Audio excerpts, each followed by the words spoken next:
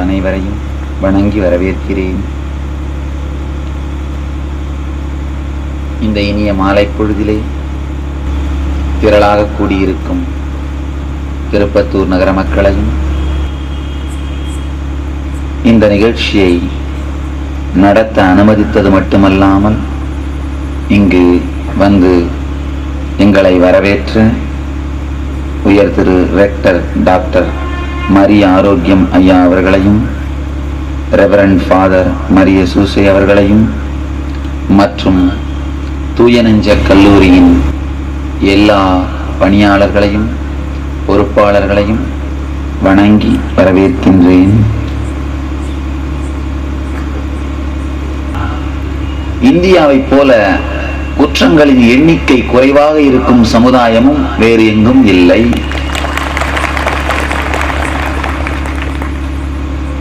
மக்கள் தொகையின் எண்ணிக்கையையும் கலாச்சார பண்பாட்டையும் கருத்தில் கொண்டோமானால் நமது நாட்டில் நடக்கும் குற்றங்களின் எண்ணிக்கை 0% என்றே சொல்லலாம்.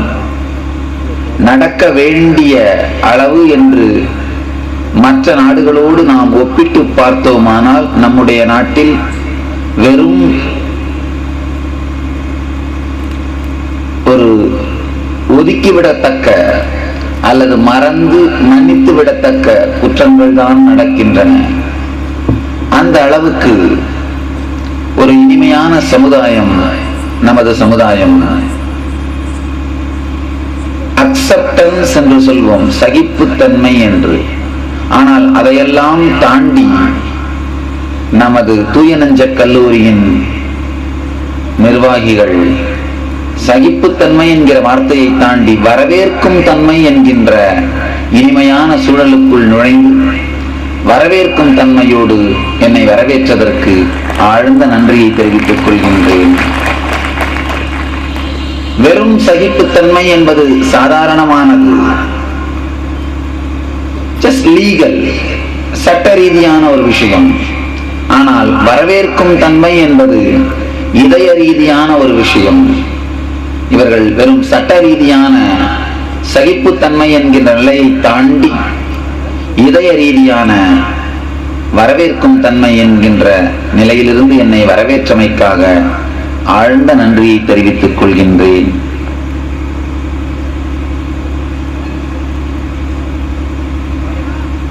அனுபவத்திலிருந்து அனுபூதிக்கு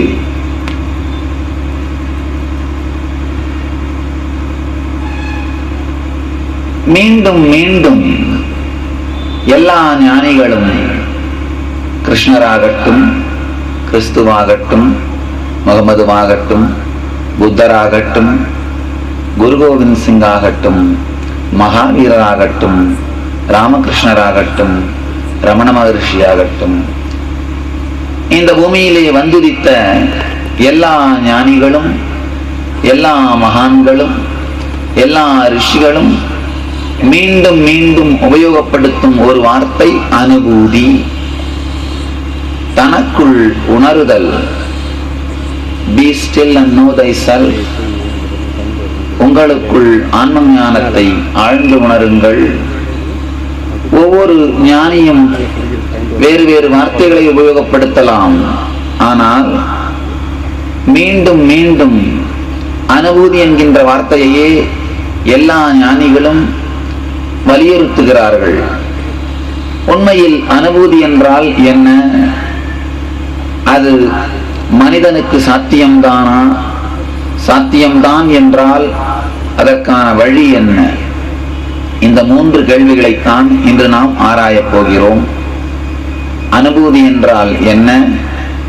அது மனிதனுக்கு சாத்தியம்தானா? சாத்தியம்தான் என்றால் அதற்கான வழி என்ன? அனுபூதி என்றால் என்ன? எதை மனித உணர்வின் இறுதி நிலை என்று நாம் சொல்கின்றோமோ,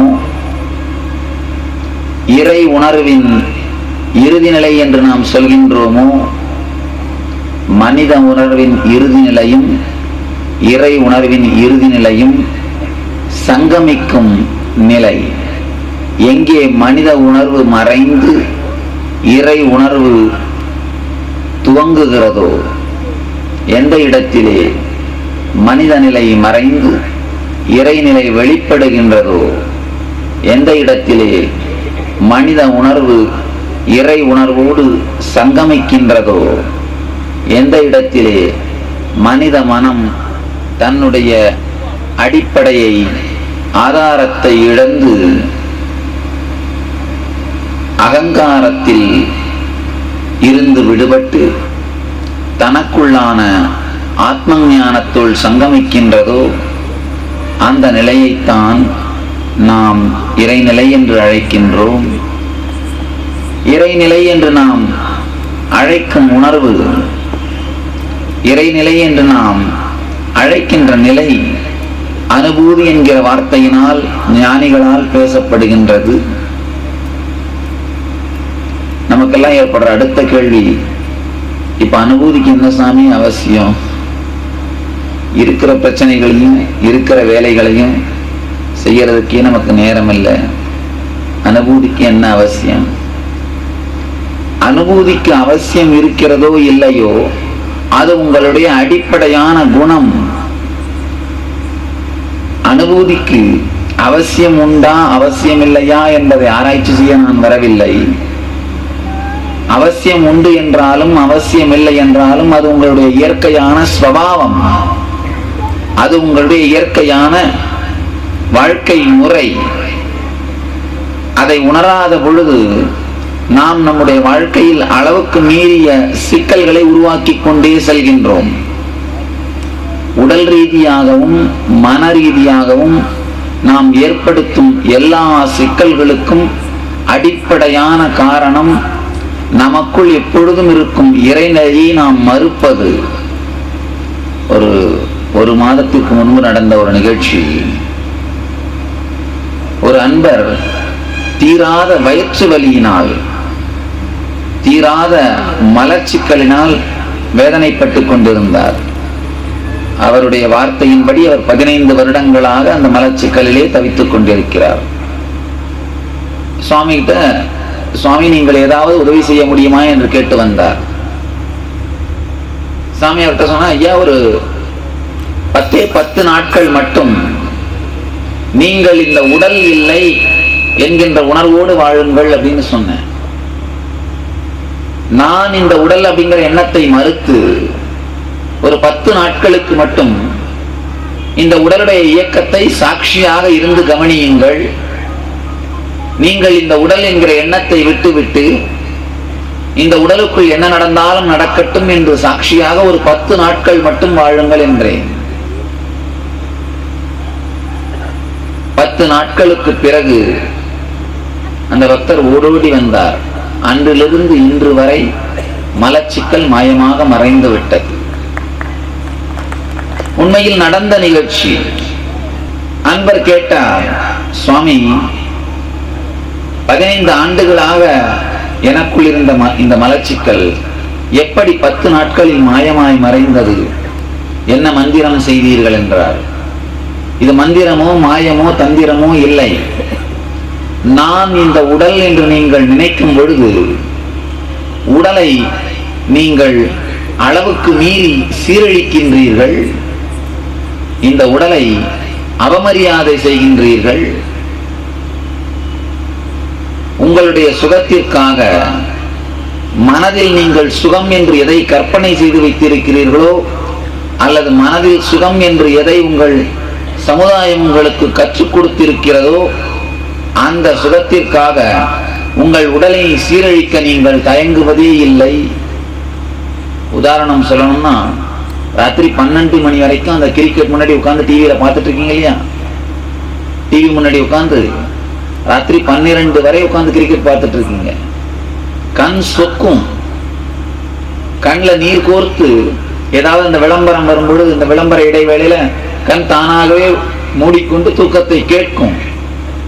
உங்கள் உடல் ஓய்வு தேடி உங்களை கெஞ்சுகிறது, இறைஞ்சுகிறது. ஆனால் இந்த நிகழ்ச்சியை பார்ப்பது சுகம் என்று சமுதாயம் உங்களுக்கு கற்றுக் கொடுத்ததனால், ஏற்கனவே உங்கள் மனதிற்குள் அது பதிந்து போயிருந்ததனால் நீங்கள் சுகம் என்று நினைக்கின்ற ஒரு விஷயத்திற்காக உங்கள் உடலை அழிக்க நீங்கள் தயங்குவதில்லை. உங்கள் உடலை அவமரியாதை செய்ய நீங்கள் தயங்குவதில்லை. இயற்கையை மீறி உங்கள் உடலை நீங்கள் அவமரியாதை செய்கிறீர்கள். அதே போல சுவை என்ற ஏதாவது ஒரு விஷயத்தை பற்றி உங்கள் மனதில் கருத்து பதிந்துவிட்டால், அதனால் உடலுக்கு தீங்கு ஏற்பட்டாலும் கூட விடாமல் அதே சுவையையே மீண்டும் மீண்டும் அனுபவிக்க துவங்குகிறீர்கள். எதை நீங்கள் ஆசை என்றும் இனிமை என்றும் மனதினால் கருதுகிறீர்களோ அந்த விஷயத்திற்கு, அதை அனுபவிப்பதற்காக எந்த சூழ்நிலைக்கும் எந்த நிலைக்கும் உங்கள் உடலையும் மனதையும் எடுத்துச் செல்ல நீங்கள் தயங்குவதில்லை. பொதுவாக நம்ம எல்லாருமே சொல்ற ஒரு விஷயம், முக்கியமா இந்த ஆன்மீக சாதகர்கள் சொல்கிற ஒரு விஷயம், இந்த உடலால் தான் என்னுடைய வாழ்க்கையே வீணானது, இந்த உடல் சம்பந்தப்பட்ட இந்த உடலின் ஆசைகளால் தான் என்னுடைய வாழ்வில் நான் வீணானேன், இந்த உடல் தான் என்னை வீணாக்கியது என்று எல்லோரும் சொல்வதுண்டு. தெளிவாக புரிந்து கொள்ளுங்கள், உடல் உங்களை வீணாக்கவில்லை. எது சுகம் என்று நீங்கள் நினைத்துக் கொண்டிருக்கிறீர்களோ, தவறான சுகத்தை பற்றிய கருத்தை வைத்திருக்கும் உங்கள் உள்ளம்தான் உங்களை வீணாக்குகிறது. உங்கள் உள்ளத்தில் நீங்கள் வைத்திருக்கும் கருத்துக்களை பூர்த்தி செய்து கொள்வதற்காக உங்கள் உடலை அழிக்க தயங்குவதில்லை. அந்த மனிதர் 10 நாட்களுக்கு நான் உடல் இல்லை என்கிற எண்ணத்தோடு வாழத் துவங்கும் பொழுது இயற்கையிலேயே அவருடைய உடலை மதிக்க துவங்கினார். உடலுடைய இயற்கையான போக்கை நடக்க அனுமதித்தார். இன்னொரு விஷயம், நான் உடல்ல நீங்க நினைக்கும் பொழுது உடலை ஆழமா அழுத்தமா பொசஸ் பண்ணிட்டு இருப்பீங்க. ஒரு விதமான பிடிப்புத்தன்மை, இறுக்கத்தன்மையை நீங்கள் உடலுக்குள் ஏற்படுத்துவீர்கள். இப்ப கூட நீங்கெல்லாம் உங்களுக்குள்ள ஒரு வினாடி கண்ணை மூடி பார்த்தீங்கன்னா பார்க்கலாம், மணிப்பூரகம் என்று சொல்லப்படுகின்ற இந்த வயிற்று பகுதியில் அமைந்திருக்கிற சக்கரம், அந்த இடத்திலே நம்முடைய உடலிலே 7 பாகங்களிலே 7 சக்கரங்கள் இருக்கின்றது. வயிற்று பகுதியில் இருக்கிற சக்கரத்திற்கு மணிப்பூரகம் என்று பெயர். இந்த வயிற்று பகுதி ஒரு இறுக்கமான நிலையில் இருப்பதை நீங்கள் உணரலாம். உங்க எல்லோருக்குள்ளேயுமே இந்த வயிற்று பகுதி எப்போதும் இறுக்கமாகவே இருந்து கொண்டிருக்கும். காரணம், கவலையும் உங்கள் வயிறும் நெருக்கமான தொடர்புடையது. ஏதாவது ஒரு துக்கம் தரக்கூடிய, அதிர்ச்சி தரக்கூடிய செய்தியை நீங்கள் கேட்டால் முதல் பிரச்சனை உங்கள் வயிற்றுக்குத்தான் வரும். ஒன்று வயிற்று வலி ஏற்படும், அல்லது வாந்தி உணர்வு ஏற்படும், அல்லது வயிற்று கோளாறு ஏற்படும். வயிறும் கவலையும் மிக நெருக்கமான தொடர்புடையது. அதனாலதான் தமிழில் மட்டுமல்ல, எல்லா மொழிகளிலுமே ஏதாவது ஒரு அதிர்ச்சியான செய்தியை கேட்டால் என்னால் அதை ஜீரணிக்க முடியாது என்று சொல்கின்றோம். ஆங்கிலத்திலே ஐ கான்ட் டைஜஸ்ட் இட் அப்படின்றோம். எந்த ஒரு துக்கங்க தரக்கூடிய செய்தியும் வயிற்றை நேரடியாக பாதிக்கின்றது. நம்முடைய மன உணர்வுகளும் உடலும் மிக நெருக்கமான தொடர்புடையது. நாம் நினைப்பது போல் மனமும் உடலும் தனித்தனியான 2 விஷயங்கள் இல்லை. அவை இரண்டும் மிக நெருக்கமாக தொடர்புடையவை, மிக நெருக்கமாக இணைக்கப்பட்டவை. எப்பொழுது மனிதன் நான் இந்த உடலுக்கு அப்பாற்பட்டவன், எப்படி ஒரு பொருளை நாம் கையாள்கின்றோமோ அதே போல் இந்த உடலையும் நாம் கையாள்கின்றோம், இந்த உடலே நாம் அல்ல என்கின்ற ஆழ்ந்த உண்மையை, சத்தியத்தை உணரத் துவங்குகிறானோ அப்பொழுது உடல் இனிமையாக இயங்குவதற்கு அனுமதிக்கின்றான். உடல் நான் என்கின்ற கருத்து இருக்கும் வரை உங்களுக்குள் இந்த ஆழ்ந்த ஒரு பிடிப்பு, இறுக்கம் இருந்தவாறே இருக்கும். அந்த இறுக்கத்தின் காரணமாகத்தான் தொடர்ந்த ஒரு எரிச்சல் நமக்குள் இருப்பது. நீங்கெல்லாம் பார்க்கலாம், காலையில படுக்கையிலிருந்து எழுந்ததிலிருந்து இரவு உறங்க செல்லும் வரை நமக்குள் இந்த தொடர்ந்த எரிச்சல் இருந்து கொண்டே இருக்கும். ஏதாவது ஒரு காரணம் இல்லாமல் நமக்குள் ஆழ்ந்த இந்த எரிச்சல், தொடர்ந்த எரிச்சல், யார் மீது விடிக்கலாம் என்றும் யார் மீது நம்முடைய கோபத்தை கொட்டலாம் என்றும் காத்து கொண்டிருக்கும் எரிச்சல். அதனாலதான் ஒரு சிறு சிறு விஷயங்கள் கூட உடனே நம்மை வெடிக்க வைக்கிறது. ஒண்ணுல வீட்டுல குழந்தை ஒரு 2-3 வார்த்தை சத்தம் போட்டா போதும், 2-3 நிமிஷம் குதிச்சா போதும், உடனே என்ன பண்றோம்? சும்மா இரு, ஓரமா உட்காரு, கத்தாத, சத்தம் போடாத. நாம போடுற சத்தம் அதை விட ஜாஸ்தியா இருக்கும். குழந்தையோட சத்தத்தை விட நாம போடுற சத்தம் ஜாஸ்தியா இருக்கு. நமக்குள் தொடர்ந்து நாம் எடுத்து செல்லும் இந்த எரிச்சல் உணர்வு எங்கு வெடிக்கலாம் என்று காத்து கொண்டிருக்கின்றது. அதனாலதான் ஏதாவது ஒரு காரணத்தை எதிர்பார்த்து கொண்டே இருக்கிறோம். ஏதாவது ஒரு காரணம் நமக்கு வேண்டும், இதுவா அதுவா, ஏதாவது ஒரு காரணம், ஏதாவது ஒரு காரணத்தை எதிர்பார்த்து கொண்டே இருக்கின்றோம் வெடிப்பதற்கு. இந்த தொடர்ந்த எரிச்சலுக்கான காரணம் இந்த உடல் நான் என்று நீங்கள் நினைக்கும் எண்ணம், இந்த உடல் நான் என்று நீங்கள் நினைக்கின்ற எண்ணப்போக்கு. இந்த உடல் நான் என்று நினைக்கின்ற எண்ணப்போக்கினால்தான் தொடர்ந்த எரிச்சல் உங்களுக்குள் இருந்து கொண்டிருக்கிறது. நீங்க எல்லாரும் கடைபிடித்து பாருங்கள். இன்னும் உங்க வாழ்க்கை முழுக்க கடைபிடிங்கள்னு கூட சொல்லல, அடுத்த ஒரு 3 நாளைக்கு மட்டும் முயற்சி செய்யுங்கள். எப்பொழுதெல்லாம் உங்களுக்கு நேரம் கிடைக்கிறதோ அப்பொழுதெல்லாம் இந்த உடல் நான் அல்ல, இந்த உடலை தாண்டிய உணர்வு நான் என்கின்ற ஒரு உண்மையை மட்டும் மனதிற்குள் எடுத்து வாருங்கள். அந்த ஒரே ஒரு உண்மையை மனதிற்குள் மீண்டும் கொண்டு வாருங்கள்.